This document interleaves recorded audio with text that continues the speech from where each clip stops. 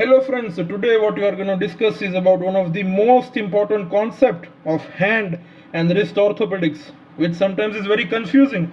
But today what we are going to do is we are going to discuss about the mechanism, the core concept and the logic behind the carpal instability so that it becomes lipid soluble to you. So today what we are going to do is about this, we are going to simplify the concept of carpal instability. So without further ado, back to basics. What are the carpal bones? This is the radioscaphoid joint. This is the scaphoid bone, right? This is the lunate. This is the most important. Lunate is the most important bone in carpal instabilities because the whole concept of carpal instability revolves around the lunate. This is the triquetrum and this is the pisiform. This is the trapezium, trapezoid, capitate and hamate. So without further ado, what we are going to discuss today is about the basic concept and anatomy. We are going to discuss about the core concept of carpal instabilities. We are going to discuss about the classification systems and the concept and the types of carpal instabilities. We are going to discuss few X-rays and the management in brief for the carpal instabilities. Okay, so what is the wrist joint made up of? Wrist joint is made up of three joints. That is the radiocarpal joint, distal radioulnar joint and the carpometacarpal joint. The whole biomechanics of the wrist joint revolves around these three joints. And what are the carpals divided into? The carpals are divided into the proximal carpal row and the distal carpal row. Over the radial side is the scaphoid, lunate, triquetrum and pisiform. And the distal carpal row is trapezium, trapezoid, capitate. This is the capitate and this is the hamate. So the carpals are divided into proximal and distal row. The proximal row is the most important row. The pathology in which leads to the concept of carpal instabilities. We are going to discuss in detail what are the wrist ligaments. The wrist ligaments are divided into extrinsic ligaments and intrinsic ligaments. Extrinsic, as the name suggests, which connects the carpals to the radius and ulna. So there are two types: volar radiocarpal, volar ulnocarpal, and the DRC, the ligament. And what are the intrinsic ligaments, which interconnects the carpal? The proximal, both of these ligaments are the most important in concept of carpal instabilities, which connects the carpals of the proximal carpal row, that is between the scaphoid and lunate, that is the scapholunate ligament, and between the lunate and triquetral, this is the lunotriquetral ligaments. Additionally, the ligaments of the distal carpal row connecting the trapezium, trapezoid, capitate and hamate. Okay, so without further ado, what is important in carpal instabilities is the concept of gilula, three carpal arcs. The three carpal arcs of gilula are formed by the proximal edge. The first arc is formed by the proximal edge of scaphoid, lunate, triquetrum and pisiform. This is the first arc. The second arc is formed by the distal edge of scaphoid, lunate, triquetrum and pisiform. And the third arc is formed by the proximal edge of capitate and hamate. So this is the normal anatomy. These are the three carpal arcs as I described. So whenever as a screening purpose, whenever you see a X-ray, the first thing you see is the maintenance of the three carpal arcs. So if the three carpal arcs are intact, you can rule out a carpal instability. And if there is a broken arc, you have to suspect a fracture, a dislocation or any pathology in the carpal instability. So this is the basic concept of gilula, three carpal arcs. Okay, so without further ado, let us discuss about the concept of carpal instability, which is usually a high energy injury, a combination. This is the most common mechanism of injury. Is a combination of HUS, that is hyperextension, ulnar deviation and intercarpal supination. HUS, it is a combination the mechanism of injury which mostly leads to the carpal instability.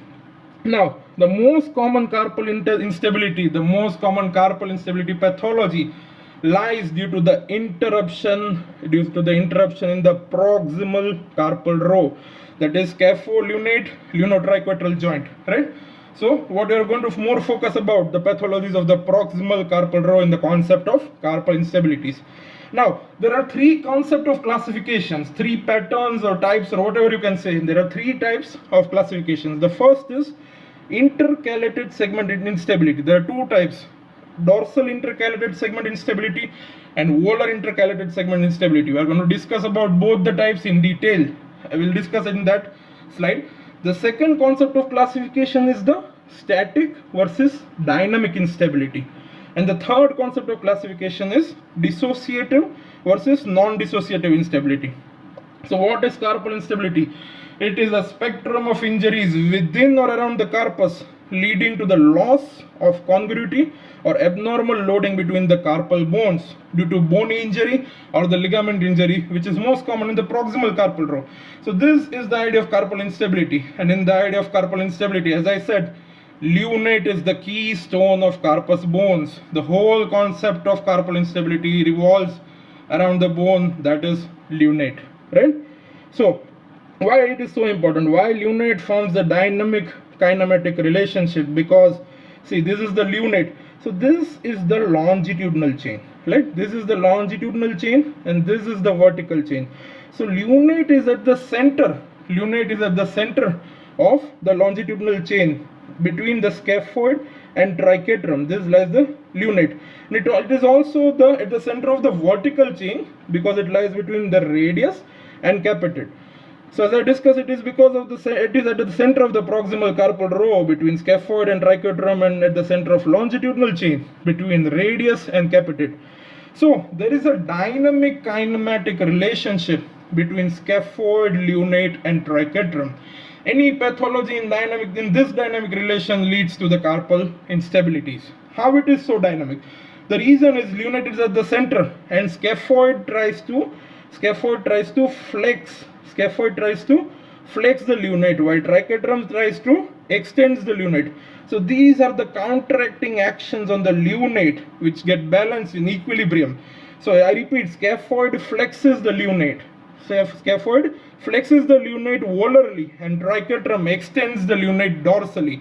And the equilibrium between these two joints is formed by the ligament, that is scapholunate ligament versus luno-triquetral ligament. So whenever both the ligaments, the forces are in equilibrium, the dynamic kinematic relationship between the proximal carpal row, that is the scaphoid, lunate and triquetrum, is maintained. And whenever there is a damage in scapholunate ligament, luno-triquetral ligament, on any bony pathology or fracture in this proximal carpal row, it leads to the idea of carpal instabilities. Okay, so one of the most important concepts to understand the idea of carpal instability is the scapholunate angle. Scapholunate angle. Okay, so what is the idea of scapholunate angle? The scapholunate angle is the angle which is formed by the two lines. The first line is the long axis of scaphoid and the second line is the line perpendicular to the long axis of lunate, that is this line. So normal angle, the angle between the scaphoid and lunate, the normal scapholunate angle is 30 to 60 degree. As you can see in this X-ray, this is the lunate and this is the scaphoid. So the angle formed between the long axis of scaphoid and an axis perpendicular to the lunate, the axis of lunate, this angle is the normal scapholunate angle. Any pathology in the carpal instabilities will change the scapholunate angle, which is a diagnostic measure to know the type of injury, the type of carpal instabilities. So some basic things. In the lateral X-ray, this is the radius, the lunate shaped lunate bone, and this is the capitate. So these are the three things, the basics, right? So the normal, this as you can see, the lunate shape is the lunate bone, and this is the line of the lunate, and this is the line perpendicular, this is the line of the long axis of scaphoid. So the normal scaphoid, this forms the normal scaphoid angle, which is between 30 to 60 degrees. Additionally, one more important angle which you need to study is the capitolunate angle, which is formed by the long axis of capitate, and the angle of lunate So normally it is less than 30 degree and scapholunate angle is between 30 to 60 degrees. We are going to discuss about the pathology. So the first classification system or the classification concept which we discussed is the intercalated segment instability classification system, or this is more than a classification system, it is the pattern of injury. So there are two types, dorsal intercalated segment instability versus volar intercalated segment instability, commonly known as DISI versus VISI. So in DC type of injury, make it very clear. What is the problem? The problem is the scapholunate ligament. The problem is the injury or the insufficiency of the scapholunate ligament.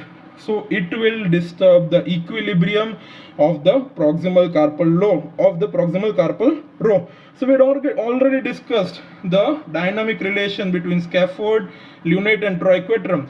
Scaphoid tries to flex the lunate while triquetrum tries to extend the lunate. So whenever there is an insufficiency over here, what would you expect? Expect there would be a loss of the radial support from the scaphoid. That is, the flexing action of the scaphoid will be lost. So due to which what happens is lunate goes into extension because it is connected to triquetrum, right? So as the lunate goes in extension, what happens is the lunate faces dorsally. The lunate will face towards the dorsal aspect, and as the lunate, as you can see in the photos, the lunate is facing the dorsal aspect. In all these images, radiographs and schematic diagrams, you can see the type of injury is dorsal intercalated segment instability.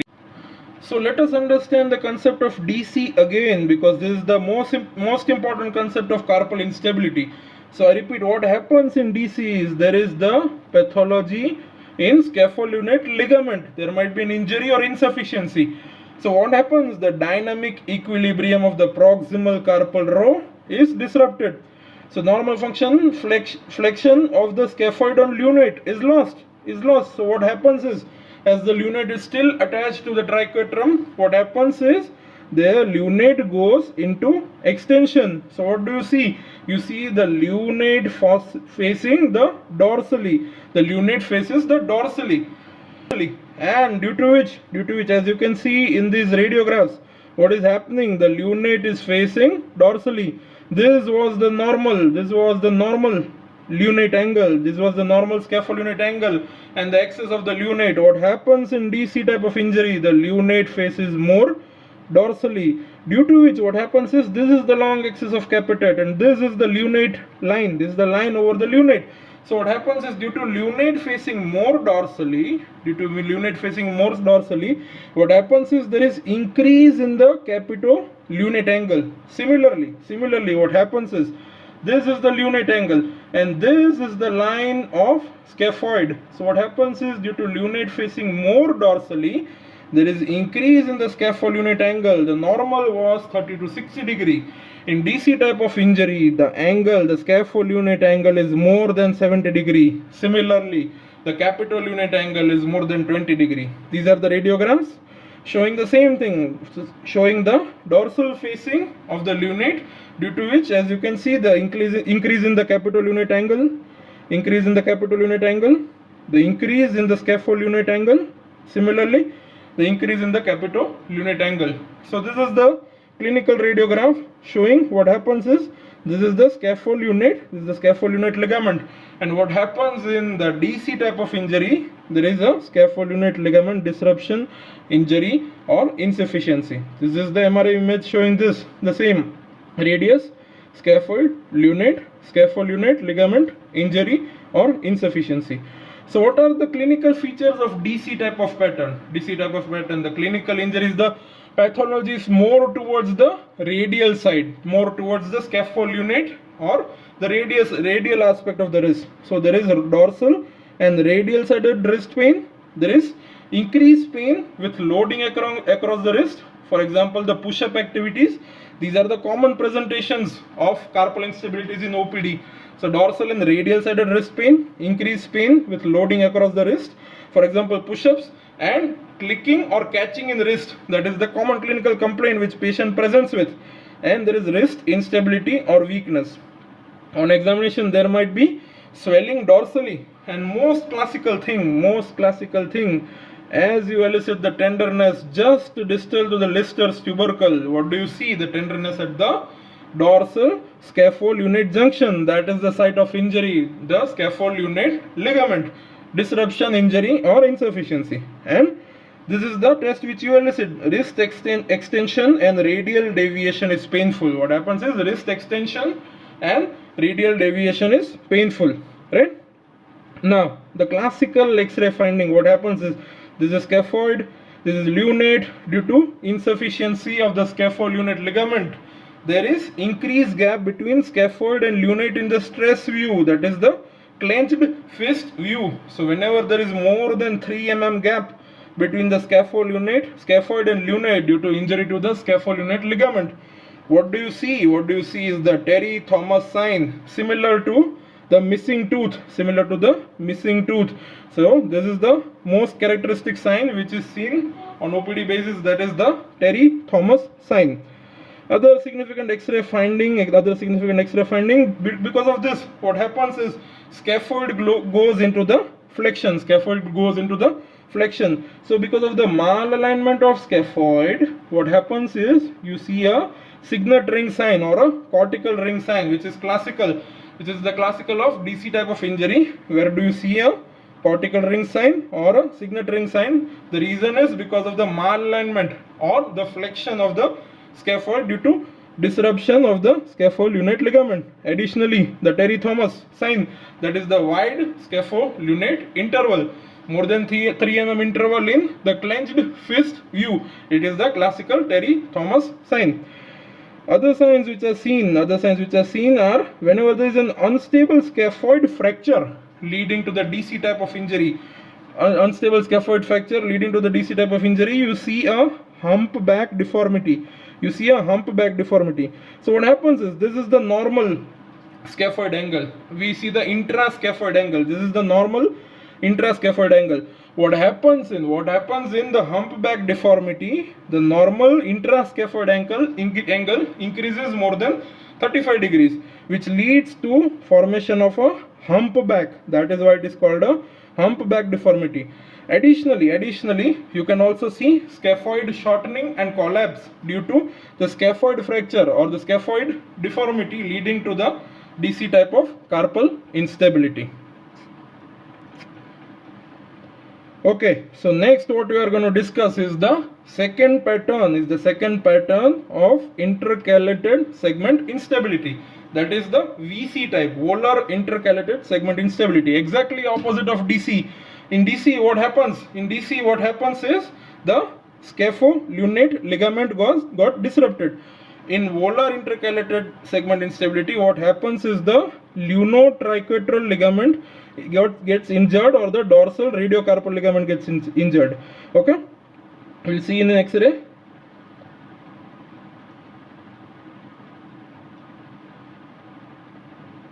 Okay, so here is this, whenever there is disruption of the scapholunate ligament, it causes DISI type of pattern, and whenever there is disruption in the lunotriquetral ligament, it forms VISI type of pattern. So what we are going to discuss next is the second pattern, that is the Volar intercalated segment instability, in which there is a, as I discussed, lunotriquetral ligament injury, or additionally there might be a dorsal radiocarpal ligament injury. As we discussed the biomechanics, what happens to lunate? Scaphoid flexes, triquetrum extends. So whenever there is a damage in the lunotriquetral ligament, what happens is the extensor action of triquetrum on lunate is lost. So what happens is the scaphoid flexes the lunate, which leads to the lunate flexion. What will happen in the radiograph? What will happen in the lateral radiograph? The lunate, due to the flexing action of scaphoid and loss of extensor action on lunate by the triquetrum, what happens is the lunate faces volarly. The lunate goes into flexion. So this is the classical radiograph. As you can see, the lunate is going on the volar side. So this type of injury can also be associated with TFCC and ulnotrochlear ligament injury. So these are the lunotriquetral ligaments between the lunate and triquetrum. So whenever there is a lunotriquetral ligament injury, as we discussed, along with that there might be a DRC, that is dorsal radiocarpal ligament injury, which might also be associated with TFCC and ulnotrochlear ligament injury.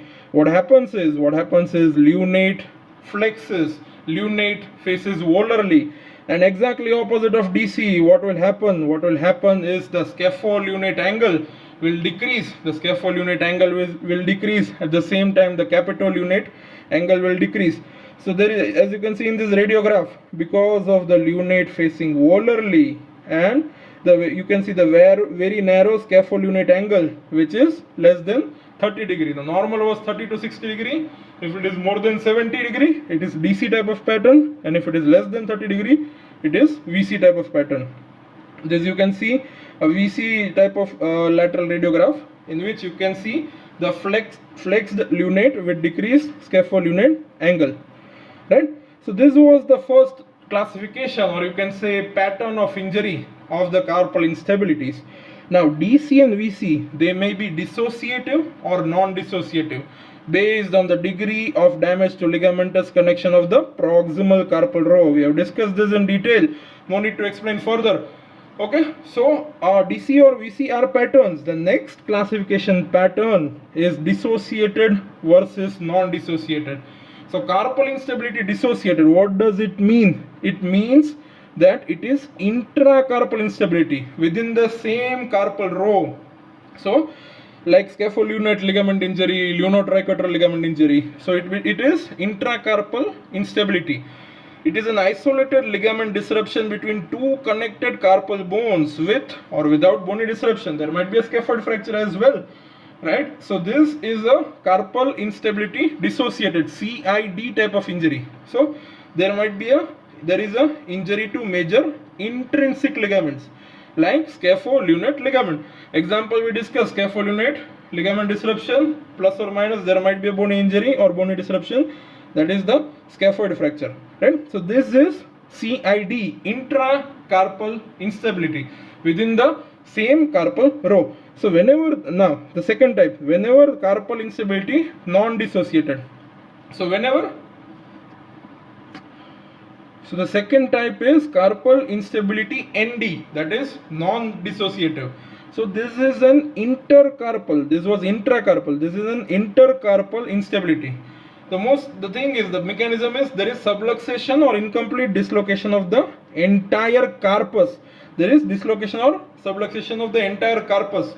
It is caused by the, as you can see, it is an intercarpal ligament instability. So what do you expect? What do you expect? It is an injury to major extrinsic ligament, right? So there might be a radiocarpal, midcarpal, or ulnar translocation pathology, right? And the most common example of carpal instability non-dissociated, that is intercarpal, that is due to injury to major extrinsic ligament, is the Barton's dislocation, Barton's fracture dislocation. That is volar or dorsal, palmar or dorsal, Barton's fracture dislocation, or radial styloid fracture dislocation, or with the example, classical example of which is Schoeffer's fracture. So we compare both the things. CID is intracarpal versus intercarpal, right? This is due to injury to major intrinsic ligament. This is due to injury to major extrinsic ligament. The classical example of CID type of injury is scapholunate ligament disruption plus or minus scaphoid fracture, and the classical example of CIND is Barton's fracture, right? Now the third type is carpal instability complex, which includes both intercarpal plus intracarpal instability or disruption. That is rows and column, both are involved. The classical example which we are going to discuss in detail in the further slide is the perilunate dislocations, further stages, perilunate dislocation, further stages, right? And the fourth type is carpal instability adaptive. In this, what is the concept? The concept is it is a non-carpal problem. The carpal, there is no disruption of the ligaments of the carpal row, or there is no bony injury in the carpal row. The problem is in the, let's suppose we give it has been given an example of, classical example of malunated distal and radius. So whenever there is malunion of distal and radius, it damages the biomechanics of the proximal carpal row, which leads to carpal instability adaptive. So as the name suggests, it is an adaptive pathology because of some non-carpal problem, the classical of which is malunated distal and radius. So the four types: carpal instability Dissociated intracarpal problem, intrinsic ligament. Non-dissociated intercarpal ligament problem, extrinsic ligament. Carpal instability complex, the combination of both. Perilunate dislocation is an example, and the carpal instability adaptive because of the classical example malunion of distal and radius. Now, the third classification system or the concept is between the static instability and dynamic instability. What happens in static instability is the instability or the malalignment problem is found in the standard AP, standard PA and standard lateral X-rays. The problem is directly found in the standard X-rays, while whenever there is dynamic instability, the normal standard radiographs are normal. The standard radiographs are normal, but only the instability is elicited in specific clinical provocative test like clenched fist view. So that is the dynamic instability where the test is positive in stress radiographs. So this is the third concept or classification system. Now what we are going to discuss is the most important concept, that is the idea of perilunate dislocation or the fracture dislocation in the carpal instability. So most common mechanism of injury is the combination of HUS, we already discussed, that is the combination of hyperextension, ulnar deviation and supination at the intercarpal joint. Now the perilunate dislocations are of two types. Whenever there is a lesser arc injury or the greater arc injury. What does lesser arc injury means? It is a pure ligamentous injury around the lunate.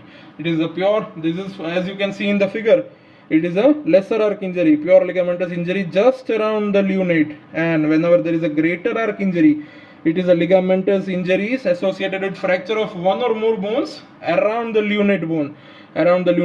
So that is the, as you can see in the photo, lesser versus greater arc injury. This is the lunate. Okay.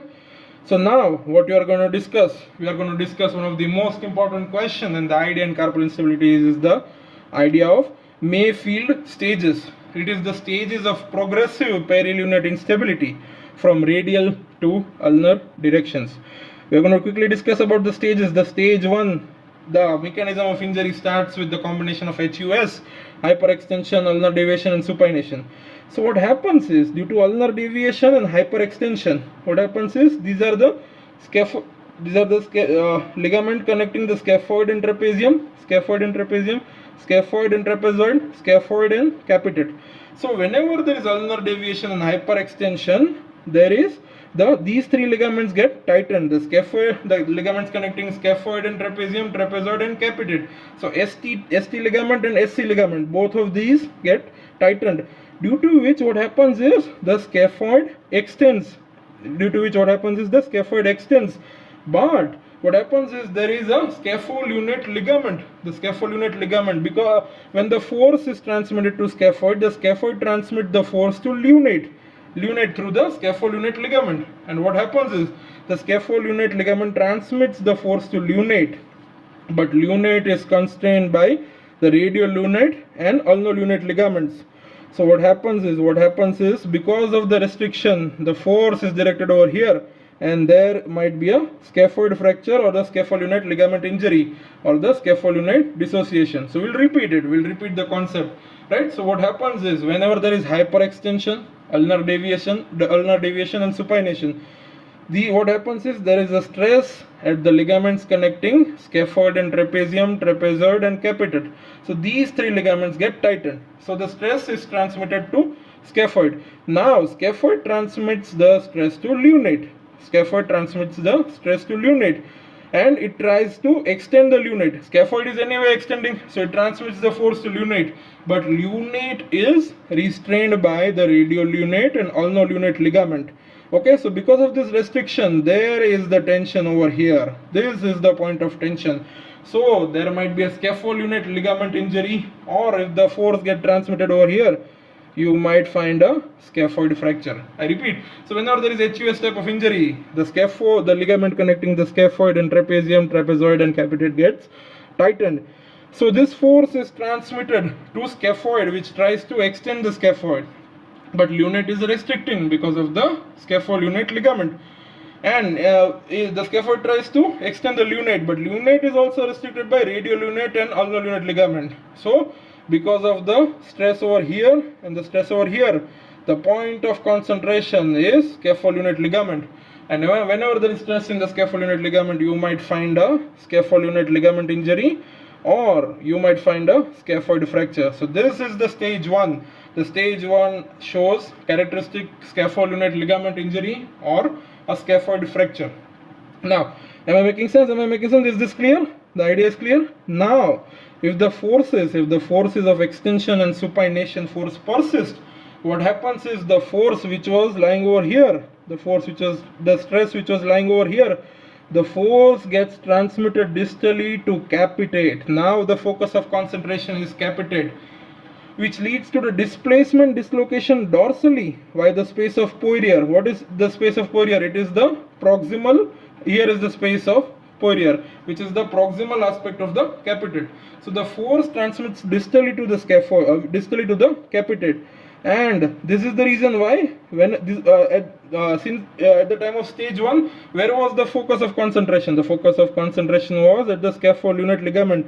Now in stage 2, if there are further forces, the forces transmits to the distal carpal row. This is the distal carpal row, and additionally the force may transmit towards the radialmost portion of the dislocated proximal row, right? So the focus of concentration in stage 1 was scaphoid. Now in stage 2, what happens is the force goes more distally and towards the capitate. So what happens is there is a stress rising over the lunocapitate ligament. So this was the focus of concentration in stage 1. This is the focus of concentration in stage 2. So what do you expect? If the stress between the lunocapitate ligament rises? So you might expect a lunocapitate disruption, or you might expect a capitate fracture, or additionally the third direction in which the force goes towards the radialmost portion of the dislocated proximal carpal row. So there might be a radial styloid fracture. So stage 1, we revise: scapholunate ligament injury or the scaphoid fracture. Stage 2, what happens is the force goes more distally towards the distal carpal row, towards the capitate, and the stress is between lunate and capitate. So there might be a lunocapitate ligament injury, or you might expect a capitate fracture. Additionally, the force might go towards the radial aspect of the proximal carpal row. So you might also find a radial styloid fracture. So these are the three things in stage 2: lunocapitate ligament injury, capitate fracture, or a radial styloid fracture. So this was stage 2. Now, if the forces are still persisting, right? If the forces are still persisting, the force goes towards the medial aspect. So supination extension forces continue. So what happens is capitate displaces dorsally and the force extends towards the medial direction. So what is the focus of concentration? With the lunotricutor ligament, the focus of concentration right now in stage 3 is the lunotricutor ligament, which is the most common involved. Additionally, there might be a ulnotricutor ligament injury, the ligament between triquetrum and hamate, and the triquetrum hamate capitate ligament injury, and additionally there might be, this is the radiolunate ligament. So the medial aspect, the medial expansion of radiolunate ligament might disrupt. So in short, the force goes more towards the medial aspect. So which is focused at the triquetrum. So all the ligaments associated with triquetrum, they are in stress, they are in strain, and there might be a disruption in all those ligaments. So what are the ligaments which are connected towards the triquetrum? That is the lunotriquetral ligament, ulnotriquetral ligament, the ligament connecting triquetrum, hamate and capitate, that is the complex triquetrum, hamate, capitate ligament, and there might be a damage to the medial expansion of radiolunate ligament. So we'll repeat. What was stage 1? Scapholunate ligament. What was stage 1? Which was scapholunate. The stress was over here between the scapholunate ligament. So there might be a scapholunate ligament injury or a scaphoid fracture. What happens in stage 2? The force transmit more towards the distal carpal row. The force transmits towards the distal carpal row. So there is damage to the capitate or the lunocapitate ligament. Now the third stage is going towards the medial direction, concentrating on the triquetrum. So all the ligaments associated with triquetrum, most commonly is the lunotriquetral ligament. So this lunotriquetral ligament injury is there and triquetrum fracture might be there.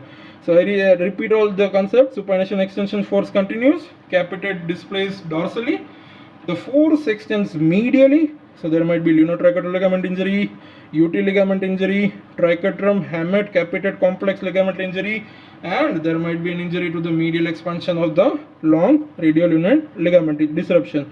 And what happens is that joint has displaced now, and it is usually associated with a triquetrum fracture. Now, the stage 4, that is the last stage of the perilunate dislocation, the Mayfield stages. So if there is further force, what happens is capitate is pulled proximally. The capitate is pulled proximally.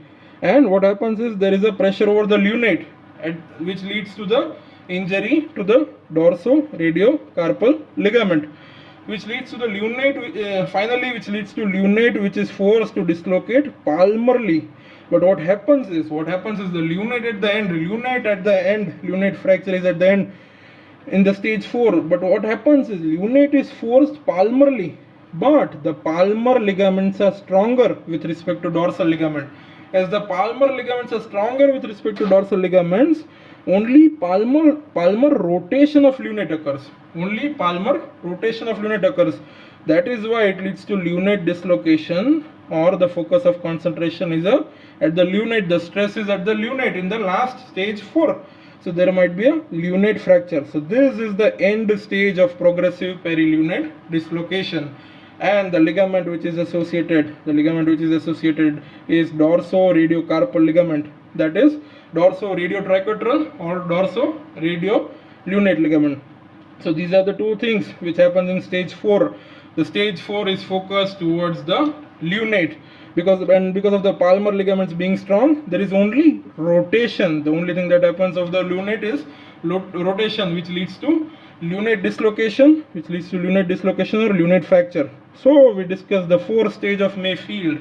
First is scapholunate ligament, also associated with scaphoid fracture. The second is what happens is the force goes towards the distal carpal row, which leads to lunocapitate ligament injury, or as I described, there might be a radioscaphocapitate ligament injury also. So it might lead to capitate fracture, that is the distal carpal row scaputate fracture. At the same time, there might be an extension towards the radial aspect of the proximal carpal row. There might be extension to the radial aspect of proximal carpal row. So it leads to a radial styloid fracture. The third is going towards the medial side. That is triquetrum fracture. And the most common as we discussed is the ligament injury of lunotriquetral. And the fourth last stage focus on the lunate fracture. And the most common ligament which is injured or disrupted is the dorso-radiocarpal ligament, that is dorso-radiotriquetral or dorso-radiolunate. So this is the proximal carpal row. The focus is scaphoid. This is going towards the distal carpal row. The focus is capitate. This is going towards the medial aspect, and the focus is triquetrum. And the last stage, the focus is over the lunate dislocation or lunate fracture, and the ligament which is injured is dorso-radiocapitate, that is radiotriquetral or radiolunate. So this schematic diagram, this was the first stage as you see, extending towards the distal carpal row. This is the second stage. The third stage going towards the medial, that is towards the triquetrum, and the fourth stage, that is going towards the dorsal radiocarpal ligament, which leads to lunate fracture. Scaphoid, capitate, triquetrum, and lunate. Scaphoid, capitate, triquetrum, and lunate. SCTL, that is the pattern, that is the mnemonic. You can understand. The first stage is towards the proximal carpal row, second stage going towards distally, the third stage going towards medially, and the fourth stage is the dislocation or the lunate fracture. I hope I am making sense.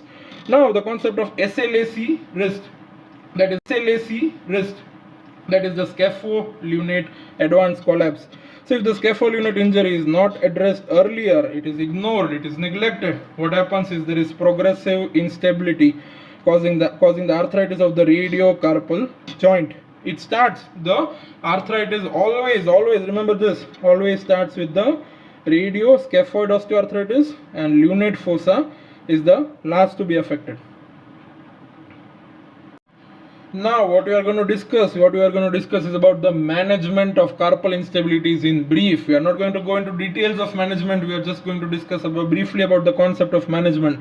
So first thing, investigation. What do you investigate? The first thing is X-rays. There are two types of X-rays, normal standard X-rays and stress view, like clenched fist view. That is the first line. X-ray is the first line. Then second is you can go for a CT scan. You can go for CT scan for delineating the 3D anatomy of the structures around the carpal bones. The third thing is MRI. You can go for an MRI to look for the pathology and ligament and soft tissues, right? And the fourth is you can go for a arthroscopy. You can go for arthroscopy to look around at the carpal instability. Now the basic idea of management is, the first thing is non-operative management in, as you all know, in partial injuries.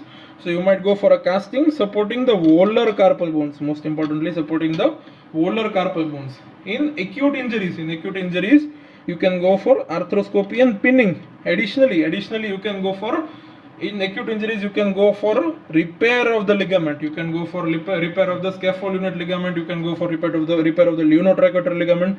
And in chronic injuries, you can't go for a repair. You need to go for ligament reconstruction or the wrist joint fusion, right? So these are the what is the management? The basic management is fixing the pathology. So whenever there is a fracture, you need to fix the fracture. Whenever there is a scaphoid fracture, the first thing you need to do is fix the scaphoid fracture. Whenever there is a malunited distal and radius scaphoid malunion, you might want to go for fixing the malunion, fix the basic pathology, fix the cause. And because of the malunion, the scapholunate ligament might be affected, so fix the malunion first. Now in acute cases you might go for a percutaneous K-wire, or you might go for arthroscopically fixation of the carpal instabilities. Now in acute cases, as we discussed, you might go for a ligament repair, that is scapholunate ligament repair or a lunotriquetral ligament repair. In chronic patients or in poor ligament quality, if you have seen there is a poor ligament quality, you might go for a scapholunate ligament reconstruction. This is one of the very common procedures performed. And the last stage, if it is chronic and the patient wants painless, then you might go for a fusion. The fusions which are available commonly are scapholunate fusion or scapholunate fusion. We are going to discuss in detail. Now what are scapholunate ligament reconstruction procedures? This is the most common, which you might be asked for, is the Brunelli's procedure, in which we use the FCR tendon, for making tunnel in the scaphoid tuberosity and lunate, and then we attach to the dorsal part of the radius. So this is the ligament reconstruction of Brunelli's procedure. Other advanced procedure are Vanden-Ebele procedure, in which dorsal radiocarpal ligament graft is used, and the most recent is Garcia-Elias procedure, which is the ligament reconstruction recently in recent advances, right? Now how do you manage a case of SLAC wrist, that is scapholunate advanced collapse? If the scapholunate ligament is not addressed, it leads to a scapholunate injury, it leads to a SLAC wrist, right? So how do you manage the case of SLAC? You might want to go for a radial styloidectomy, or you might go for a scaphoidectomy and four corner fusion. That is the spider plate. You might also want to go for the pain producing neurectomy. So you might go for a PIN or AIN neurectomy. Additionally, you might go for a proximal row carpectomy. I'll show you the X-ray of proximal row carpectomy. And the last stage, you might go for a wrist arthrodesis or wrist fusion. Now, so management, as we discussed, the same thing, fracture fixation and ligament repair up to 6 weeks is okay. In chronic injuries, you go for wrist arthrodesis, proximal row carpectomy, neurectomy, that is AIN or PIN neurectomy, and wrist fusion. So two of the procedures which are described commonly is the proximal row carpectomy. As you can see, there is carpectomy done of the proximal row. So the proximal row of carpal bones are excised, converting the wrist joint into a simple hinge type radiocarpal articulation. This procedure, it reduces the pain from the joint while preserving the motion. And the second commonly performed is the wrist arthrodesis. The indications are painful or unstable wrist with advanced destruction due to OA or RA. And in post-traumatic arthritis, in SLS wrist, in scaphoid non-union, all these chronic conditions, you might want to go for a wrist arthrodesis. So this was the management in brief. So this, guys and girls, this was the idea of carpal instabilities. This might confuse sometimes, but if once you understand the logic, the core concept, it becomes a fun game. So this was Dr. Mihir Tejura signing off with carpal instabilities simplified for you. Thanks a lot.